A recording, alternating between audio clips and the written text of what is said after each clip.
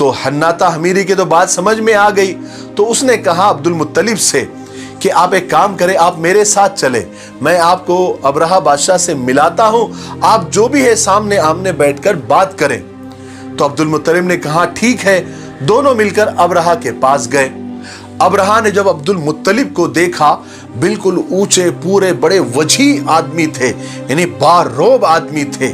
वो देखकर, यानी अब्दुल मुत्तलिब को देखकर वो इतना मुतासिर हुआ कि अपने तख्त से नीचे उतर गया और अब्दुल मुत्तलिब को अपने बराबर बिठाया और बड़े अदब के साथ पूछा कि आप किस मकसद से और किस गर्ज से आए हैं।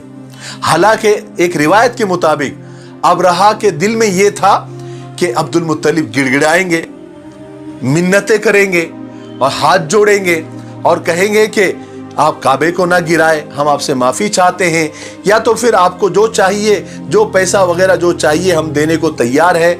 या अब्रहा के दिल में यह भी एक बात थी समझौते वाली कि ऐसा समझौता कुछ अब्दुल मुत्तलिब के साथ बैठकर हो जाए कि ठीक है, हम काबे को नहीं गिराते हैं, एक काम करते हैं कि एक साल यहां मक्का में हज करेंगे और एक साल यमन आकर कनीसा के पास हज करेंगे, एक साल यहां एक साल वहां।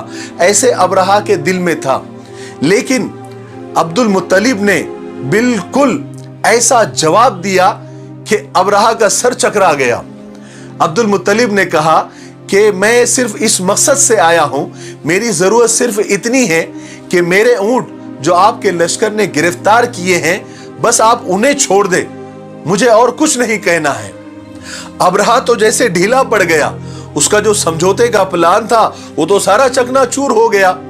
तो अब्रहा ने दिल में गुस्सा दबाते हुए जनाब अब्दुल मुत्तलिब से कहा कि मैंने आपको जब पहली बार देखा तो मेरे दिल में आपके लिए बड़ी इज्जत, बड़ी वक़्त हुई थी, मगर अभी आपने जो बात की ना, उससे आपकी पूरी इज्जत खत्म हो गई।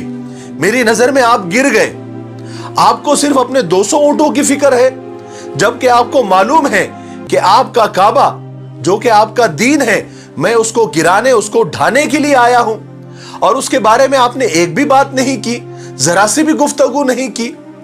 तो अब्दुल मुत्तलिब ने बड़े इत्मीनान के साथ जवाब दिया कि देखिए, ऊंटों का मालिक तो मैं हूं, इसलिए मुझे उनकी फिक्र है, मैं इसलिए आपके पास आया हूं, और काबा उसका मालिक मैं नहीं हूं, उसका मालिक तो वो अजीम हस्ती है और वो अपने घर की हिफाजत करना जानता है। अब्रहा ने गुस्से में कहा कि तुम्हारा खुदा भी आज मेरे हाथ से उसके घर को बचा नहीं सकेगा।